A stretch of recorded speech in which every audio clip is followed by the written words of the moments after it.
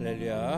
오늘 이 아침에도 또 말씀으로 하루를 시작하는 여러분 가운데 주님의 크신 사랑과 은혜가 함께 하시기를 축복합니다. 우리 시간 죄에서 자유를 얻게 함은 우리 찬양하면서 새벽기도 시작하겠습니다. 죄에서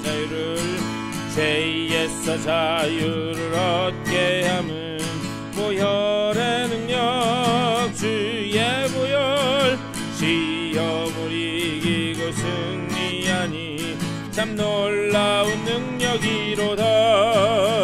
주의 보혈 능력이 있도다. 주의 피 믿으오. 주의 보혈 그 어린 양의 매우 귀중한 피로다.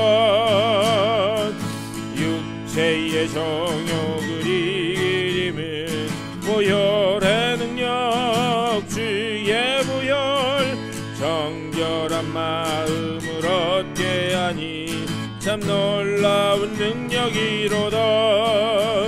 주의 보혈 능력이 있도다. 주의 피 믿으오.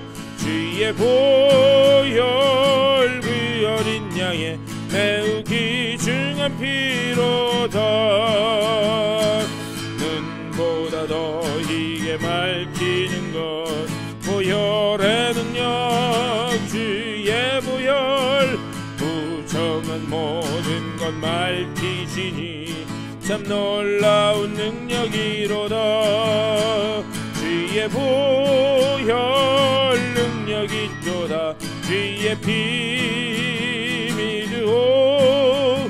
주의 보혈 그 어린 양의 매우 귀중한 피로다.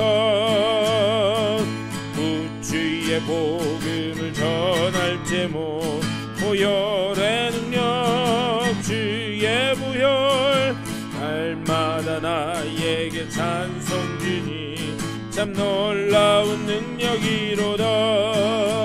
주의 보혈 능력이 있도다. 주의 피 믿으오. 주의 보혈 그 어린 양의 매우 귀중한 피 주의 보혈 능력이 있도다. 주의 보혈 능력이 있도다. 주의 피 믿으오. 주의 보혈 그 어린 양의 매우 귀중한 피로다. 아멘. 우리 기도하겠습니다. 주님 감사합니다. 오늘 또 우리에게 허락된 귀한 한 날 말씀으로 주님과 함께 시작할 수 있도록 저희들 주님 앞으로 불러주시니 감사를 드립니다. 우리가 지금 찬양한 것처럼 그 주님의 보혈의 능력을 힘입어 우리가 주님 앞으로 나왔사오니 주님 그 보혈의 피로 맑게 씻겨주시고 우리가 주님 보시기에 합당한 거룩한 흰옷 입은 백성들로 다 설 수 있도록 주여 우리들을 붙잡아 주시옵소서. 우리들의 영이 늘 주님을 향하여 열려있게 하여 주시고 주의 음성이 들려지게 하여 주시며 또 그 주님께서 우리에게 하시는 말씀에 순종하는 순종의 백성들로 설 수 있도록 주여 붙잡아 주시옵소서.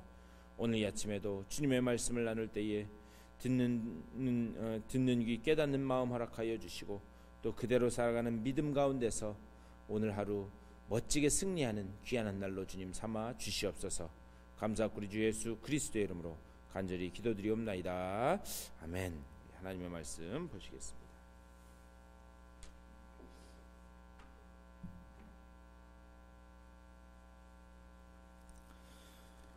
오늘 사무엘상 22장 말씀 보시겠습니다. 사무엘상 22장 1절부터 우리 10절 말씀까지만 보도록 하겠습니다. 1절부터 10절까지 화면 보시면서 다 같이 한 목소리로 받들어 읽겠습니다.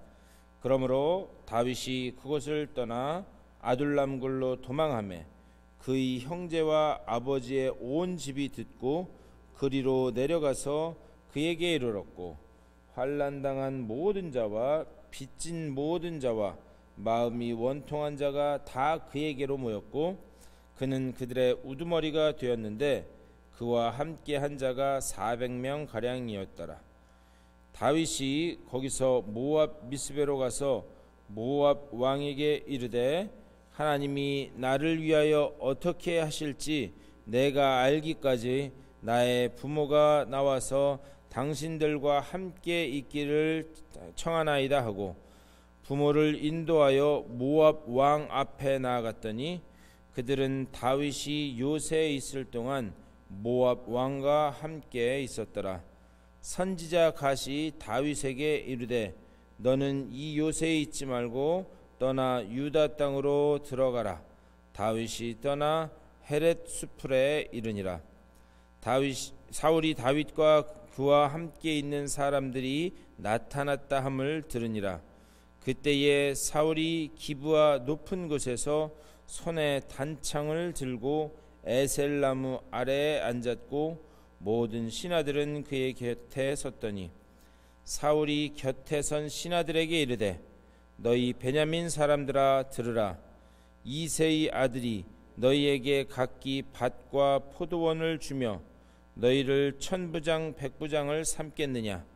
너희가 다 공모하여 나를 대적하며 내 아들이 이새의 아들과 맹약하였으되 내게 고발하는 자가 하나도 없고 나를 위하여 슬퍼하거나 내 아들이 내 신하를 선동하여 오늘이라도 매복하였다가 나를 치려 하는 것을 내게 알리는 자가 하나도 없도다 하니 그때에 에돔 사람 도액이 사울의 신하 중에 섰더니 대답하여 이르되 이새의 아들이 노베 와서 아히두베 아들 아히멜렉에게 이른 것을 내가 보았는데 아히멜렉이 그를 위하여 여호와께 묻고 그에게 음식도 주고 블레셋 사람 골리앗의 칼도 주더이다. 아멘. 우리 말씀 가지고 우리 22장 전체 말씀을 좀 묵상하도록 하겠습니다. 지금 다윗은 계속해서 사울에 의해서 쫓겨다니는 그런 모습을 볼 수 있습니다. 그 주변에는 아무도 도와줄 사람이 없고 그래서 어제 말씀에서도 봤지만 이 노베에 있는 성소에 가서 거기서 진설병 떡을 먹게 되는 그런 모습도 보입니다. 또 거기에서 골리앗의 칼을 달라라고 하는 그런 모습도 우리가 어제 봤습니다. 그리고 나중에는 이제 어떻게까지 되는가? 블레셋 땅에 가서 블레셋 왕 밑에서 살기 위해서 미친 척까지 하는 그런 수모도 겪게 되는 것을 볼 수 있습니다. 그런데 계속해서 제가 몇 번 말씀드렸지만 그가 그 모든 그런 환난과 고난을 이겨낸 후에 나중에 인생에 여명이 저물어가는 그때쯤 가서 거기서 시편 34편에서 그렇게 이야기하는 거죠. 여호와의 선하심을 맛보아할지어다. 여호와께 피하는 자가 복이 있도다. 하나님만이 피난처다라고 하는 사실을 그때 깨닫고 그것을 고백의 간증의 시로 남겼다는 거예요. 여호와의 선하심을 맛보아할지어다. 저도요 여러분들의 삶 가운데 그 하나님의 선하심, 하나님의 피난처 되시고 능력 되신 그것을 맛보아하셨으면 좋겠어요. 맛보아한다는 게 뭐냐? 삶 속에서 여러분들 음식 맛 계속 보시잖아요. 그런 것처럼 삶 속에서 계속해서 하나님의 그 은혜가 그리고 하나님의 그 선하심이 계속해서 체험되어지고 그게 여러분의 체험과 간증으로 드러나실 수 있게 되기를 주님의 이름으로 간절히 축복합니다. 그리고 나서 이제 오늘 22장 말씀 읽었는데요. 여기 와서 이제 다윗 인생의 새로운 국면을 맞는 그런 모습을 기록하고 있습니다. 우리 22장 1절 말씀 이렇게 말씀해요. 그러므로 다윗이 그곳을 떠나 아둘람 굴로 도망하매 그의 형제와 아버지의 온 집이 듣고 그리로 내려가서 그에게 이르렀고 이렇게 말씀합니다. 다윗이 여기저기 도망다니면서 다윗 인생에 이 중요한 동굴이 두 개가 있습니다. 뭐냐? 첫 번째가 엔게디 광야의 동굴이에요. 나중에 이제 우리 보겠지만 이 그 엔게디 광야 동굴에서의 그 있었던 사건. 그리고 또 오늘 여기 말씀에 나온 아둘람 광야에 있는 그런 이 광야. 그의 인생에 있어서 이 두 개의 그 굴이 참 큰 그런 상징적인 메시지를 우리들에게 주고 있습니다. 근데요, 그가 이렇게 굴로 피했다 그러는데 이 굴이라고 하는 것, 동굴이라고 하는 것이 이스라엘 사람들에게 어떻게 이해되었는가? 이스라엘 사람들은 두 가지 의미로 이 동굴을 이해했어요. 첫 번째는 이 피난처. 그래서 이 구약 성경에도 이렇게 보면 무슨 전쟁이나 사람들이 피신할 때 굴로 피했다라고 하는 표현들이 종종 등장합니다. 이스라엘 사람들에게 있어서 굴은 피난처였어요. 다른 하나로 이 굴은 어떤 의미였는가? 묘지의 의미가 있었습니다. 여러분, 예수님께서 십자가에 달려 돌아가신 후에 그 예수님의 시신이 모셔졌던 곳이 어디냐? 바로 굴이었어요. 굴통. 그러니까 이스라엘 사람들에게 있어서 이 동굴이라고 하는 것은 묘지의 역할을 했다는 것을 볼 수 있습니다. 그런데 그 굴에서, 그 동굴 안에서 예수님이 부활하심으로 인해서, 그 예수님의 부활로 인해서 기독교가 시작된 것처럼 오늘 이 말씀에 보면은요, 이 다윗이 아둘람 굴에 있을 때 그것에서 실질적인 다윗 왕국이 시작되는 것을 볼 수 있습니다. 하나님의 말씀이 상징적으로 하시는 말씀이 있어요. 다 죽어 없어진 그 자리에서 하나님은 항상 새로운 역사를 시작하신다라고 하는 사실입니다. 그러니까 내가 육체적으로 죽은 것 같고 내가 더 이상 소망이 없고 안 되는 것 같은 그 자리에서 하나님께서 새로운 역사를 시작하시는 줄 믿습니다. 여러분들 기억하시는지 모르겠는데 제가 예전에 그래서 주일날 설교하면서 그 말씀 드렸어요. 사람의 죽은 자리가 하나님의 일이 시작되는 자리다, 제가 말씀드렸어요. 그러니까 내가 죽어진 그 자리가 이제 본격적으로 하나님께서 일하시는 그 자리다라고 하는 사실이에요. 그러니까 내가 죽은 것 같고 내가 이제 더 이상 소망이 없다고 생각될 때 그때가 하나님이 역사하시는 것, 그 자리임을 믿고 그때 더욱더 열심히 기도하실 수 있는 여러분 다 되실 수 있게 되기를 주님의 이름으로 간절히 축원합니다. 그런데 이 아둘람 굴로 모였던 사람들이 약 400명가량 되었다, 이렇게 말씀해요. 2절에서 이렇게 말씀합니다. 환난당한 모든 자와 빚진 모든 자와 마음이 원통한 자가 다 그에게로 모였고 그는 그들의 우두머리가 되었는데 그와 함께한 자가 400명 가량이었더라. 근데 이제 다윗에게 아둘람 굴에 모여든 사람들이 있다는 거예요. 그 사람들이 어떤 사람들인가? 환난당한 자, 빚진 자, 마음이 원통한 자. 다시 말하면 사울 왕국에서 소외되고 고통받고 했던, 철저하게 고립됐던 사람들이 다윗에게 이렇게 모여든 것을 볼 수 있습니다. 그 사람들이 왜 다윗에게 모였는가? 피난처를 찾기 위해서, 피난처로 삼고자 이 굴로 모여든 거예요. 그리고 이 굴에서 고립되고 소외된 그 사람들이 나중에 어떻게 되는가? 잘 훈련된 군대로 또 한 나라를 시작하게 되는 그런 그 시스템이 여기에서 시작되는 것을 볼 수 있어요. 여기 이것을 봐도 우리가 또 뭐를 볼 수 있느냐? 여기 지금 다윗 굴에 모인 사람이 소외된 사람, 빚진 자, 마음이 원통한 사람, 환난당한 사람, 이런 사람이라고 했어요. 그런데 하나님은 고린도전서 1장에서 말씀하시는 것처럼 늘 미련한 자, 세상에 못난 것, 세상에 천한 것, 그 사람들을 통해서 세상에 강한 것과 지혜 있는 것들을 부끄럽게 하시는 줄 믿습니다. 사도 바울이 그것을 말씀하는 거예요. 뭐냐? 하나님 나라의 시작은 늘 세상에 못난 것, 천한 것, 미련한 것, 그런 사람들을 택하셔서 그들을 통해서 하나님의 강함을, 하나님의 능력을 드러낸다라고 하는 사실입니다. 이것이 항상 구원의 방식이다라고 하는 사실이에요. 우리가 내 자신을 보면 내가 천한 것 같고 미련한 것 같고 못난 것 같아도 하나님이 우리를 들어 쓰실 때, 제가 주일날도 말씀드렸죠. 모세의 손에 그 마른 막대기가 들려졌을 때 그게 하나님이 역사하시는 막대기가 된 것처럼 우리 자신을 보는 것이 아니라 하나님을 바라보게 될 때 우리의 천함, 못남, 비천함을 통해서 하나님이 세상에 강한 것들을 부끄럽게 하실 줄 믿습니다. 우리의 시선이 하나님께 고정되어야 된다는 거예요. 제가 한동안 팔복 말씀 이렇게 주일에 한 8주간에 걸쳐서 드렸는데요.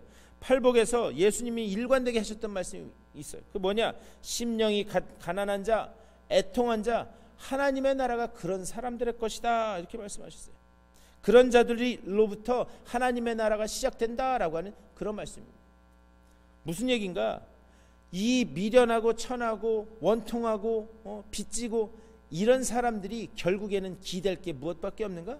기댈 건 주님밖에 없다는 거예요. 그렇게 주님께 기댈 수밖에 없는 그 사람들을 통해서 하나님은 역사하신다라는 것을 하나님의 말씀은 계속해서 우리들에게 이야기합니다. 그러면서 이제 말씀을 쭉 가다가 우리 6절 말씀, 오늘 본문의 6절에서 이렇게 말씀해요.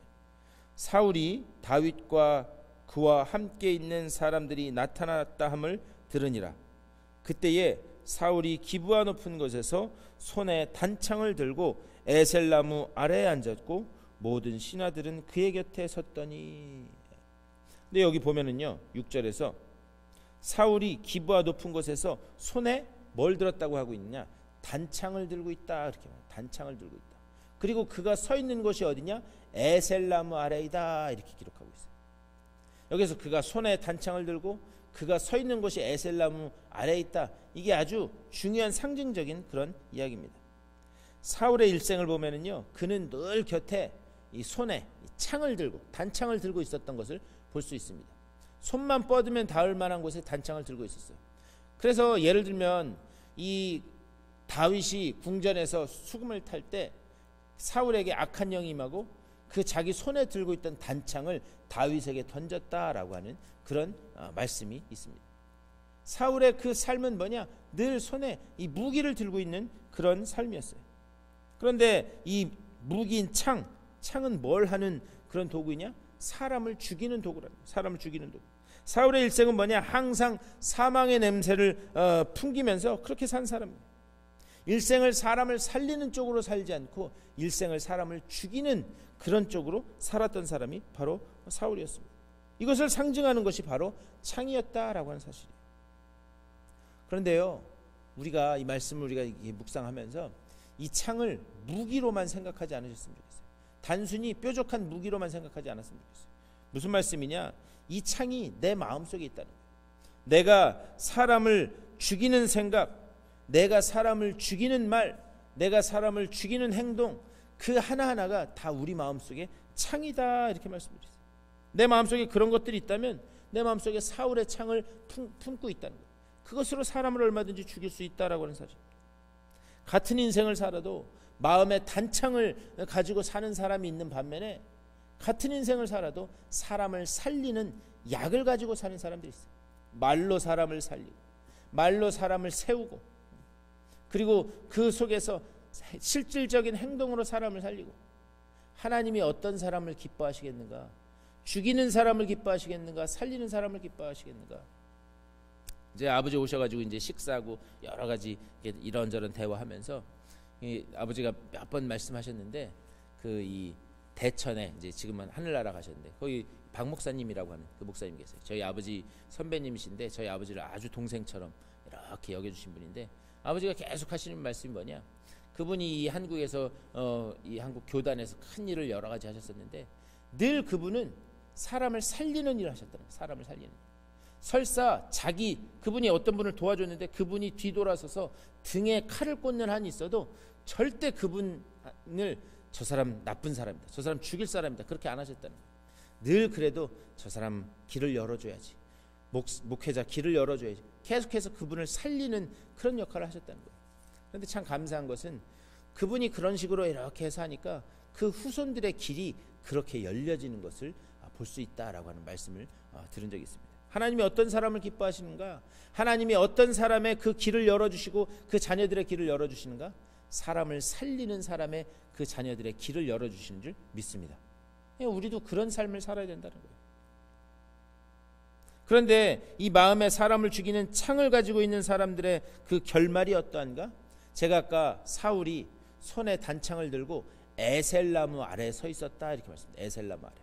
그런데요, 이 뒤에 가서 31장 31절 말씀, 31장 13절에서 이렇게 말씀해요. 31장 13절.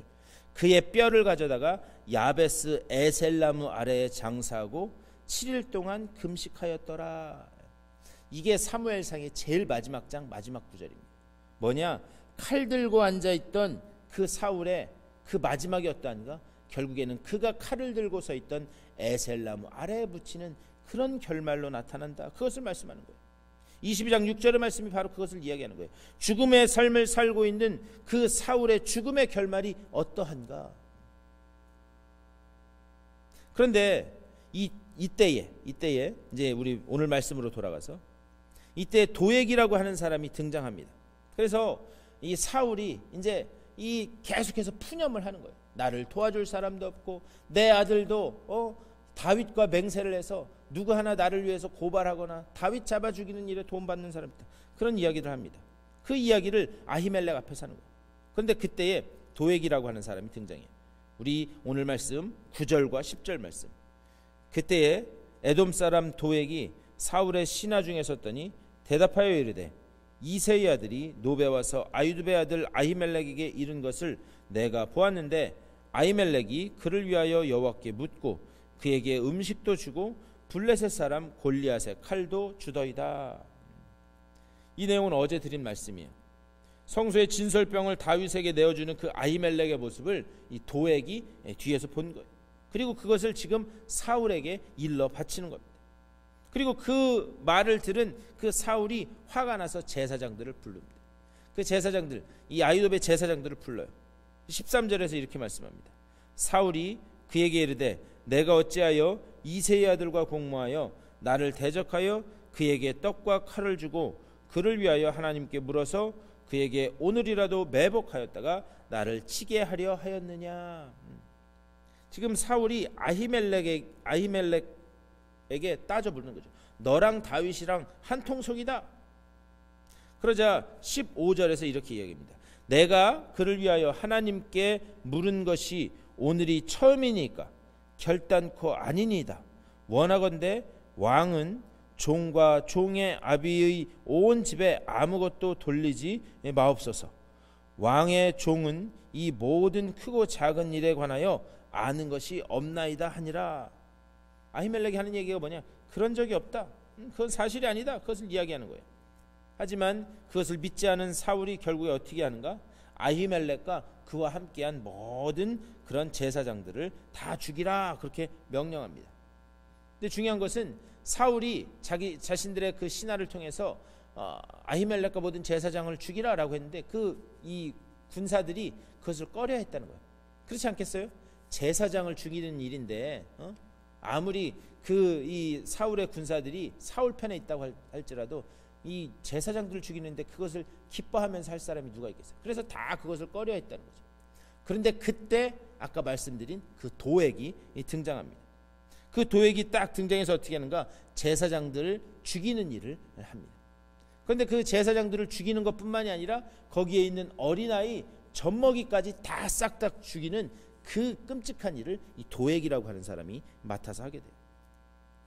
그런데 이 도액이라고 하는 사람을 계속 언급하면서 뭐라고 언급하느냐? 에돔 사람 도액 계속 그래요. 이 앞장에서도 그랬고 오늘 22장에서도 그렇고 이 도액이라는 사람을 이야기할 때 꼭 그의 출신을 이야기합니다. 에돔 사람 도액. 왜 그런가? 성경의 모든 이야기는요 결국 야곱의 혈통과 에서의 혈통과의 싸움이에요. 이 에돔이라고 하는 사람들은 누구냐? 이 에서의 후손입니다. 그러니까 결국 성경의 모든 이야기는 야곱의 혈통과 이 에서의 혈통의 싸움인 거예요. 왜 그런가? 야곱이 부족한 사람이었어요. 여러분 잘 아시는 것처럼 욕심도 많고 어떻게든 누구를 속이려고 하는 그런 사람이었습니다. 그럼에도 불구하고 그가 왜 하나님의 그 복을 받을 수밖에 없었는가? 그는 부족한 자임에도 불구하고 그는 어떻게든 언약의 자리에 서 있으려고 했다. 언약의 자리에 서 있으려고 하고 하나님의 언약에 눈이 열려 있었던 그런 사람입니다. 우리 신약적으로 보면 그런 거예요. 하나님, 우리 주님, 나는 우리 주님이 필요합니다. 예수님, 나는 그리스도밖에 없습니다. 신약적으로 이야기하면 그런 거예요. 내가 비록 지금 연약하고 부족해서 내가 내 삶 속에 하나님의 백성 같은 모습은 드러나지 않지만 그럴 때일수록 나는 그럴수록 더욱더 그리스도가 필요합니다. 야곱이 그런 언약의 쪽에 서 있던 사람이에요. 반면에 에서는 어떤 사람인가? 장자권을 한 끼 식량에 팔아버리는 그런 사람이었습니다. 그래서 하나님의 말씀을 보면 늘 에서의 후손은 하나님의 후손의 반대편에 서 있는 하나님의 반대 세력에 서 있는 그런 존재로 등장합니다. 바로 도액이 이런 사람입니다. 도액이 에돔 사람. 에돔 사람의 본성이 뭐냐? 사람을 죽이는 데 있었다는 거예요. 사람을 고발하고 죽이는 데 그 에돔 사람의 본성이 있었다라는 그런 사실입니다. 근데요, 이 성경에서 구원이라고 하는 것이 어떻게 시작되는가? 구원이 덮는다라고 하는 그런 단어에서부터 시작된 것을 여러분 아셨으면 좋겠어요. 구원이 덮는다. 우리 어떻게 하느냐면 이 창세기에서 노아가 방주를 지은 다음에 거기에 이 방주의 벽에다가 뭘 발랐느냐? 역청을 발랐다 그렇게 기록되어 있어요. 근데 그 역청이라고 하는 그 히브리어 단어의 뜻이 뭐냐? 덮는다라고. 덮는다. 물이 새어 들어오지 못하도록 덮는다. 결국에는 그 덮는다라고 하는 데서부터 이 구원이 시작되었다라고 하는 사실이에요. 과연 좋은 신앙이라고 하는 것이 무엇인가? 그리스도인들이 반드시 기억해야 될 신앙의 덕목이 있다라고 한다면 그건 뭐냐? 덮어주는 은혜가 있게 되시기를 주님의 이름으로 간절히 축복합니다. 우리가 왜 그런 줄 아세요? 예수 그리스도의 보혈의 피로 덮임을 받아서 우리가 오늘 이 자리에 있기 때문인 줄 믿습니다.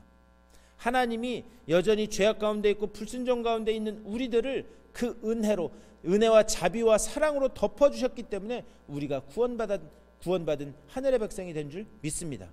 그러니까 우리가 그런 은혜를 받았다면 우리에게도 덮어주는 은혜가 있어야 된다는 거예요.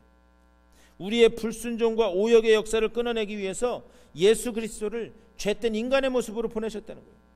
그리고 그 보혈의 피로 인해서, 그 보혈의 피로 덮어주심으로 인해서 우리의 구원이 완성되었다, 시작되고 완성되었다라고 하는 사실입니다. 그 우리의 죄악을 덮으셨기에 우리의 구원이 완성됐고, 이것이 바로 우리를 향한 하나님의 지치지 않는 열심이고 사랑이다.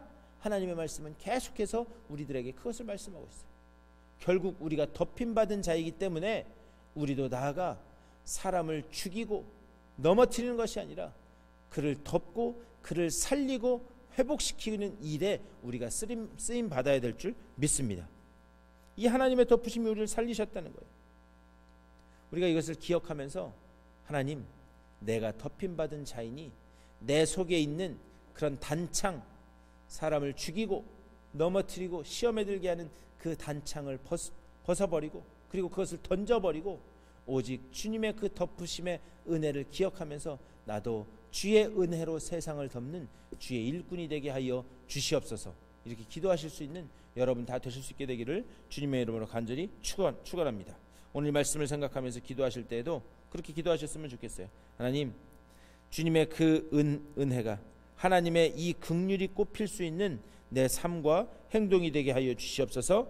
내가 그리스도의 은혜에 덮임받아 구원받았으니 이제는 세상을 하나님의 자비와 그리스도의 사랑으로 덮는 내가 될 수 있도록 주의 일꾼이 되게 하여 주시옵소서. 이렇게 기도하심으로 오늘 하루도 주님 말씀 가운데서 승리하시는 여러분 다 되시기를 주님의 이름으로 간절히 축원합니다. 우리 다 같이 한 목소리로 기도하며 나아가겠습니다.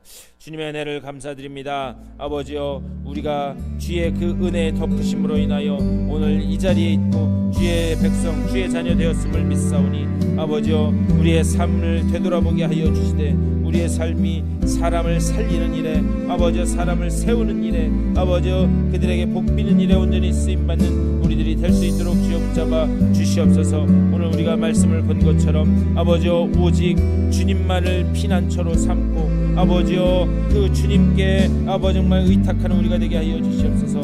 내 자신을 보면 연약하고 비천하고 아버지여 부족한 것만 보이지만 내 자신을 보지 않게 하여 주시고 나와 함께 하시고 나를 붙들고 계시는 그 주님만 바라볼 수 있도록 주여 인도하여 주시옵소서. 그리하여 나의 못남을 통하여, 나의 천함을 통하여, 나의 미련함을 통하여 오직 강한 자들을 부끄럽게 하시는 그 구원의 놀라운 능력을 힘입는 우리 모두가 될 수 있도록 주여 붙잡아 주시옵소서. 오직 심령이 가난한 자가 되게 하여 주시고 애통하는 자가 되게 하여 주시고 아버지 정말 오직 주님께만 기대고 주님께만 소망하는 아버지 우리 모두가 될 수 있도록 주여 붙잡아 주시옵소서. 그 심령이 가난한 그 아버지 그 영적인 상태로 주님 앞에 나아가게 하시고 아버지 우리의 죄악됨을 애통하는 우리 모두가 되게 하여 주시고 아버지 정말 그 가운데 오직 주님께만 소망을 두고 주님께서 우리를 통하여 역사하심을 아버지 볼 수 있도록 아버지 그 믿음과 능력을 허락하여 주시옵소서. 그 때를 기다리게 하여 주시고 우리가 있는 그 자리에서 아버지 정말 그 은혜를 사모하면서 주님께 아버지 부르짖는 기도의 백성들 아버지여 또 말씀의 백성들 다 될 수 있도록 인도하여 주시옵소서. 오늘 이 하루도 아버지 정말 기도로 시작한 주님의 귀한 백성들입니다. 아버지 정말 저들 한 사람 한 사람 찾아가 주시고 아버지 위로가 필요한 분들에게는 위로를, 능력이 필요한 분들에게는 능력을, 지혜가 필요한 자들에게는 주님 지혜를 더하여 주시고 아버지 이들의 오늘 하루의 삶을 통하여 주님은 영광 받으시고 주의 살아계심을 맛보려 아는 귀한 한 날 될 수 있도록 주여 붙잡아 주시옵소서. 주의 능력의 손길이 저들과 함께 하심을 참게 되는 귀한 한 날 될 수 있도록 아버지 붙잡아 주시옵소서.